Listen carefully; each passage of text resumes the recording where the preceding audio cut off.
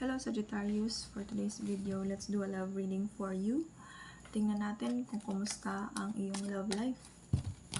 This is for your Sun, Moon, Venus, Rising, and Saturn placements at kung ikaw ay may heavy Sagittarius sa iyong natal chart.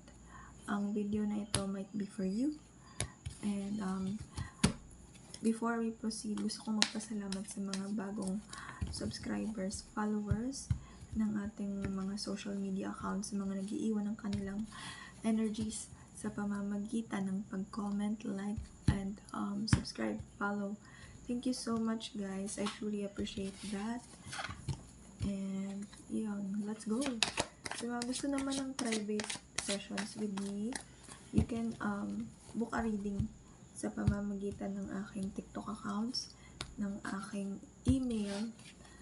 Ayun. Mas active po tayo sa TikTok, kung saan makikita nyo akong nagla-live reading doon.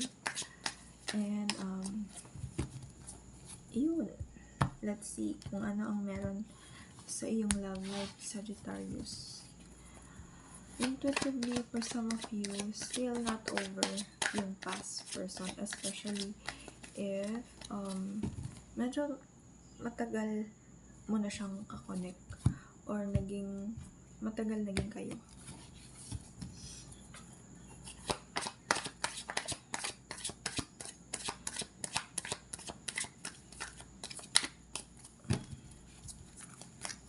We got Four of Cups, Temperance. This is a Sagittarius card, Temperance card. King of Swords, Three of Swords, Two of Swords, Queen of Swords, ang daming swords, and the World. Ang nakikita ko ngayong energy sa iyo, Sagittarius, hindi ka pa okay in terms of connecting. Especially kung ikaw ay single na Sagittarius, hindi ka pa healed from your past connection. For some of you, lalo na kung single ka, for some of you, may mga nagpapapansin, nagpaparamdam sa iyo ng mga nararamdaman pero hindi ka interested. Hindi ka nagpapakita ng interest kasi mas nagpo-focus ka muna ngayon sa pag-heal, pag-balance ng buhay mo. And sa mga in a relationship naman, nagkakaroon kayo ng boundaries, usapang boundaries ng person mo. Tinatry mong maging logical towards your person or it's vice versa.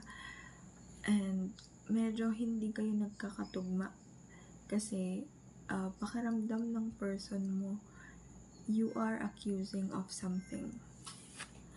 Medyo matapang din or ma-pride and ego ang person mo, ma-ego. If you are in a relationship, what else for Sagittarius love life?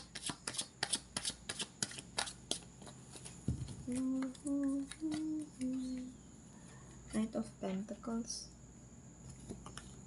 the Tower,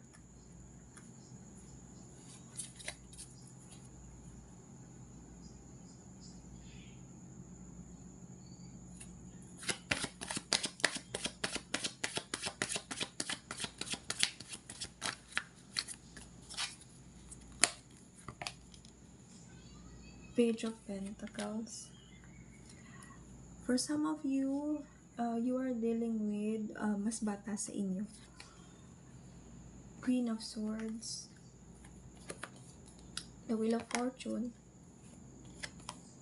Five of Swords, and Nine of Swords. Ang dami talagang swords, Sagittarius. For some of you na in a relationship, merong pagkikita akong nakikita dito. Maaaring ang tagal nyo nang pinag-usapan to, pinagplanuhan to, at nagkaroon lang ng final na decision nung nagkalabuan kayo ng person mo. At gusto niyang ayusin, gusto gusto niyang makausap ka regarding sa relasyon ninyo. And on your end naman, hindi ka sigurado kung gusto mo pa siyang makita or ayusin to, especially that there is this mabigat na salitang binitawan ng person mo sa iyo.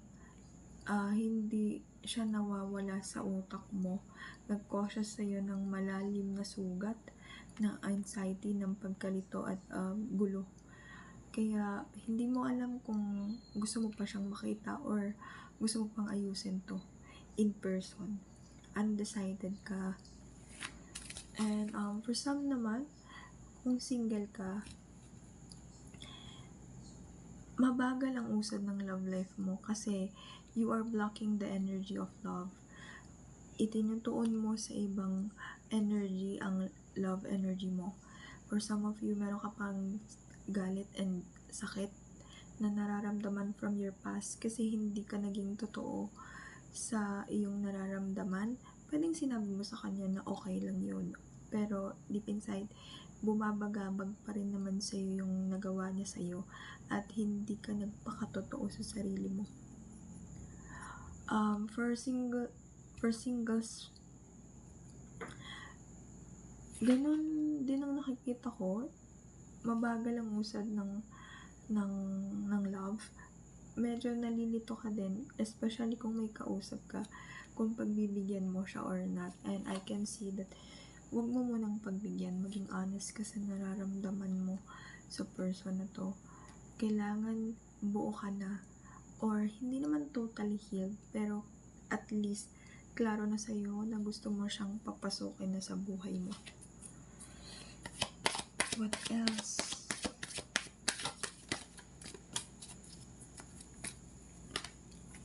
Oh, Judgment.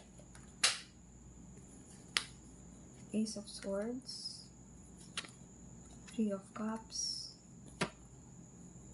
the Lovers, Queen of Pentacles, the Strength, and Seven of Swords. Six of Swords, rather. Okay. Mas nananaig yung pride mo.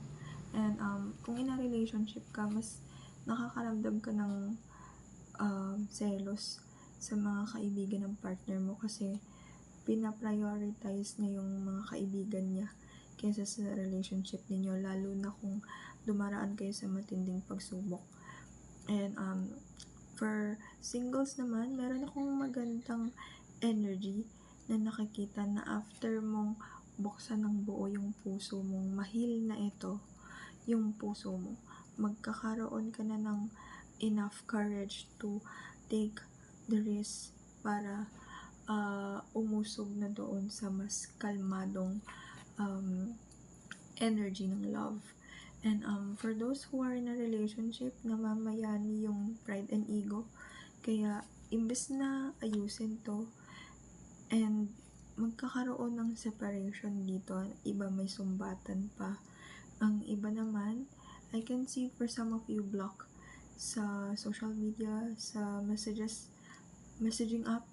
Akong nakikita hindi masyadong magandang breakup.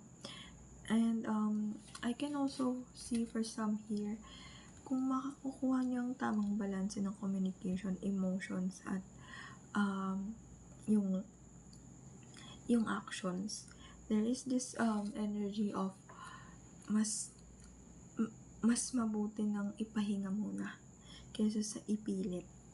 And this is your love reading, Sagittarius. Kung nakatulong sa iyo, don't forget to leave your energies sa comments, sa likes, and subscribe and follow. Thank you!